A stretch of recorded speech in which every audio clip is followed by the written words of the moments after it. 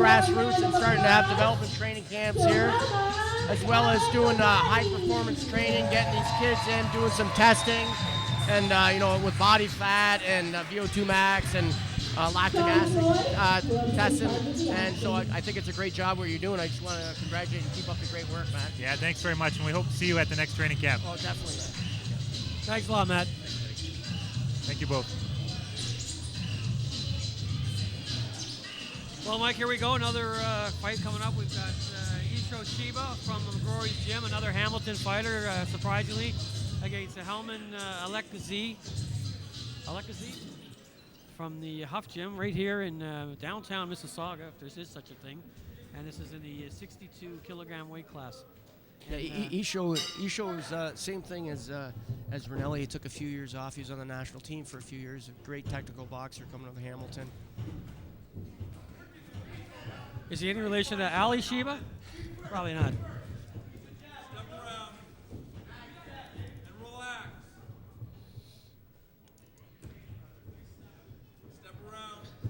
Alekozai from the Huff Gym in the blue, and Shiba from McGrory's gym in Hamilton in the red.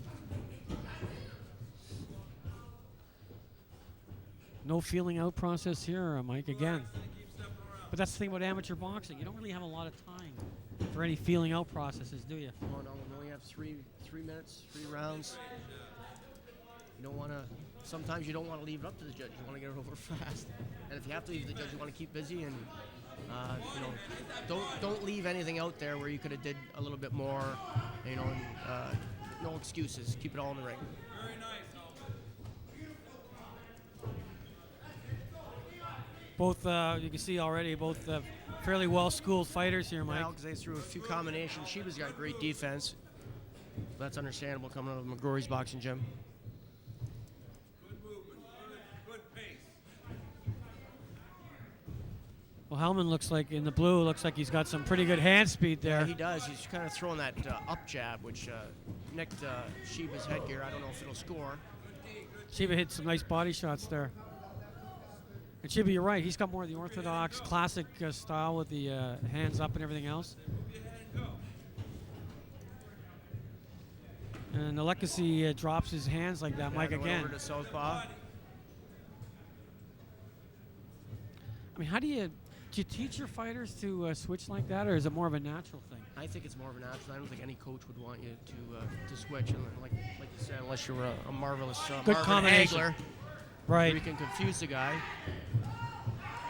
Alekozai really came on there. He had a nice combination and came back with another one. Good thing about Shiba, he's very patient. He knows that he's going to take him deep into the 3rd round and try to get him tired, make him drop those hands. So he does not really concerned if he's down by a couple points in the 1st round because he knows he's going to come on strong in the end. Well, Alekozai, he sort of drops his hands and steps back and sort of tries to get I don't know, it's like a different perspective on good combination there by the fighter I was just talking about. So why do fighters do that, Mike? Why would they step back and sort of walk around looking at a guy? They're trying to break down something, or what do you? Well, yes, sometimes, and it could be a mental game on the other fighter, trying to make him come in and throw some shots. Good shot, Helmand, good shot. Or some boxers just feel comfortable in doing that. You look at a guy like Floyd Mayweather, keeps his hands down, and a guy that's impossible to hit. Right. Well, that was the end of the 1st round between Helmand and Alekozai from the Huff Gym in Mississauga against Isho Shiba, McGrory's. What did you think of that 1st round, Mike? It was a close round. I'd have to give it to Alekozai. I think I'd give him up by a few points. But one of those things, Shiba is very patient. He'll be coming on the 2nd and 3rd round. That's when to watch Shiba. It's the 3rd round. Well, again, it was a close round, and this looks like another fight that could be up for grabs. Let me ask you again, Mike. Why do some fighters sit in the corner between rounds? Some stand. Does that matter? But sometimes you just feel more comfortable. When you spar, you don't sit down in between corners. I always did when I boxed. Obviously, you need the rest. Guys like George Foreman, they just stood up in between rounds and knock you out. So we were always told in wrestling you get more oxygen if you stand.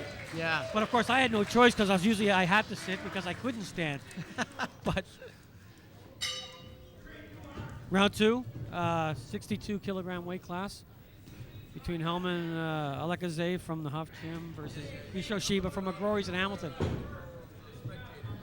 Yeah, Helmand just landed a nice right hand to the body on Shiba.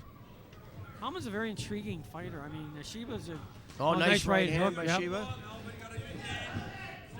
But as you mentioned before, Mike, Shiba seems to have more of a classic style. Yeah.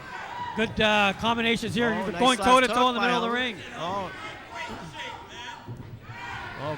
Great move. Slipped there. Helmand slipped the punch from Shiba, but didn't land a counter, unfortunately.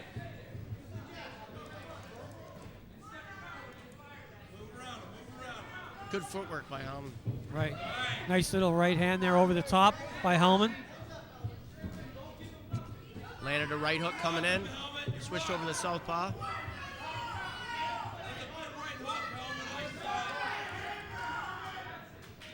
So there he goes. I don't know if that's posturing or is that just a certain style. It's almost like he's staring him down for a brief second. That's a classic kind of American style where you come back and be a little bit cocky, keep those hands down, and try to sucker the other opponent in.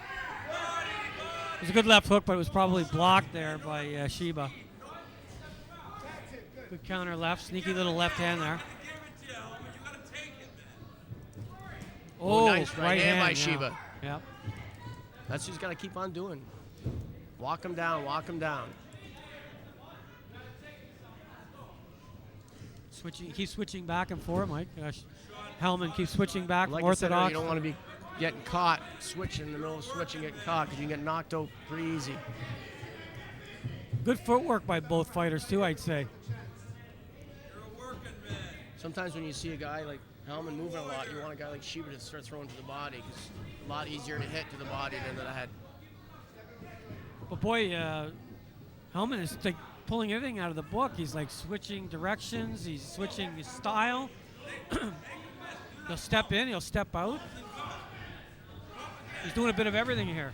Well, nice right hand to the body by Shiba. Another nice right hand. Little popping left here by Helmand. Not a big shot, but it likely scored.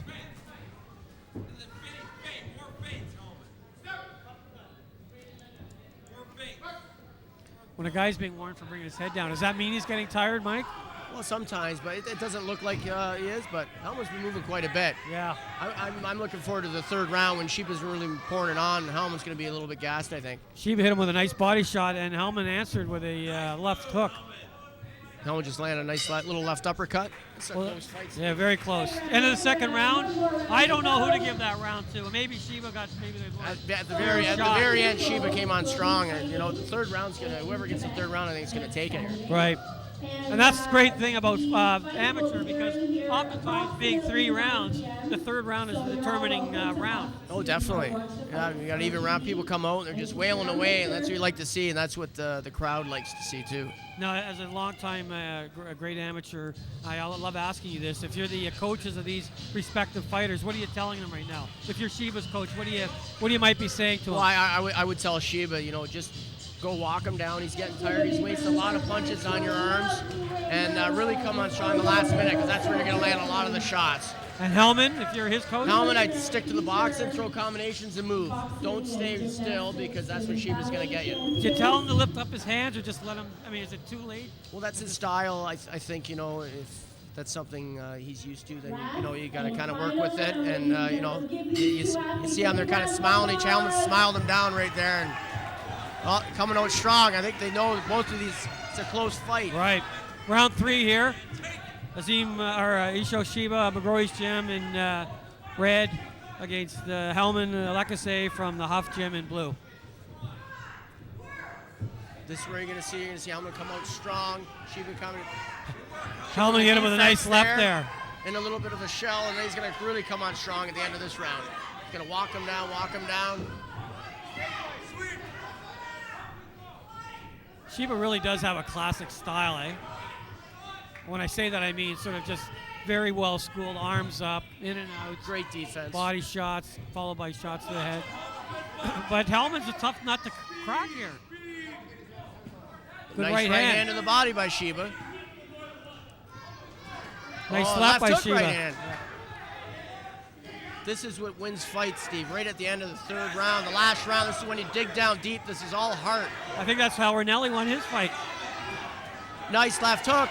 Then Helmand lands a right hand. Back Great and forth fight. here, guys. Great fight. Great action. Oh. Shiba can't get sucked into it. Look at that. Oh, good combination by Helmand really Helmand. lands some good shots He here. is still. He's getting through it, Shiba. Helmand's really getting through at this Yeah, point. he's landing those uppercuts. And the crowd is reacting accordingly. It's a great fight. I'd like to see Shiba throw a little bit more right hands. He's keeping that left hand down, Helmand is. He's got a counter. There you go. Nice left hook. And the conditioning is nice unbelievable. left hook to the body. Tire him out. Just going toe-to-toe now, middle of the ring. Isho, Shiba, and Helmand Alekozai. Shiba Nobody's really taking a coming strong, prisoner. landing Right hand, Oh, another nice right hand. right hand. This is Yep. a close fight. What a war.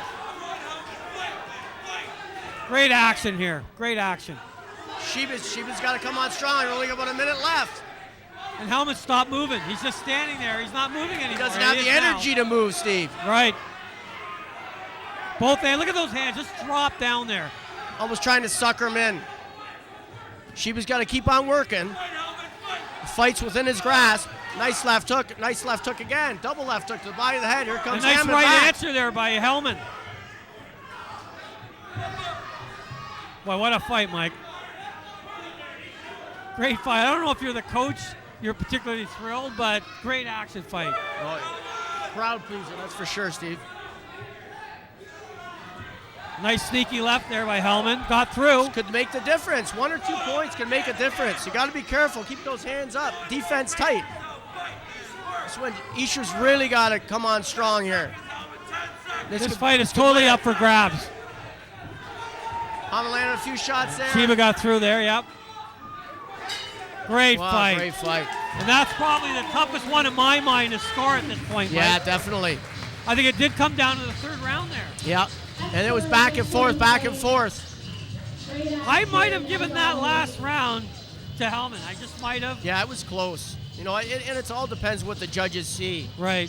What angle, what spot of the ring they're at. Sometimes, you know, if the back's to the judges, they can't see what's landing. And again, I would have no problem as a neutral observer if either of them won this fight. Yeah, you hate anyone in this situation No, losing. absolutely. I mean, what's going through your mind as a boxer when you're in a fight this close? And what are you thinking? Are you just too exhausted to think anything? Or what? Well, you just dig down deep. You know, there's Mark Leduc who won the Olympic silver medal in 1992. We used to go to these training sessions and testing, and he probably had about the worst VO2 max and like condition-wise. But when he came down to it in the last round, he just showed all heart, and that's how he won a silver medal. One guy who we probably least expected to win a medal at the Olympics, and he came up with a silver medal at the Olympic Games. I was there. I was in Barcelona for that, and Leduc was a tough guy to solve too, right? Oh yeah, because he was all over. He was all over you all the time, and you know, skill-wise, he wasn't the best, and he wasn't in the best condition. He wasn't the fastest runner, but a guy who's got the biggest heart. I remember talking to you in Barcelona when he won his silver, and as you know, I was surprised because he was not one of the fighters going into that on the national team that I thought had a chance. Yeah, he but was you probably told me the least- afterwards that you weren't that surprised. Well, you know, we were talking because I roomed with Tom the Bomb Gillespie at the time, and Tom actually said, you know what, I could see Mark Leduc winning a medal, and I kind of went, really? And then I said, you know what, after seeing his few matches, showing the heart and perseverance, and man, I remember he was watching him just lose an amateur card in Ottawa against a guy I'd never heard of, another Canadian, and then Yeah. a year later he won the silver medal. So Perseverance. You never know. Yep. Well, we're going to the decision here, Mike. Unanimous decision.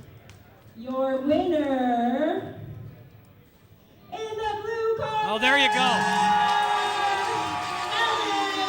And they gave it to Helmand Alekozai, but you know what, Mike? Just because it's a unanimous decision does not mean that the judges didn't score it close. They just all happened to agree it was one guy over the exactly, other. and you know, Helmand is from Huff Gym. He's a local guy. That sometimes gives you a little bit of an edge too, but you can't. It was a very difficult, you know, to be a judge in this fight because it was a great fight and close fight. But you know, you can't argue with that decision. What do you think might have won the judges over to Alekozai's side ultimately? Well, he's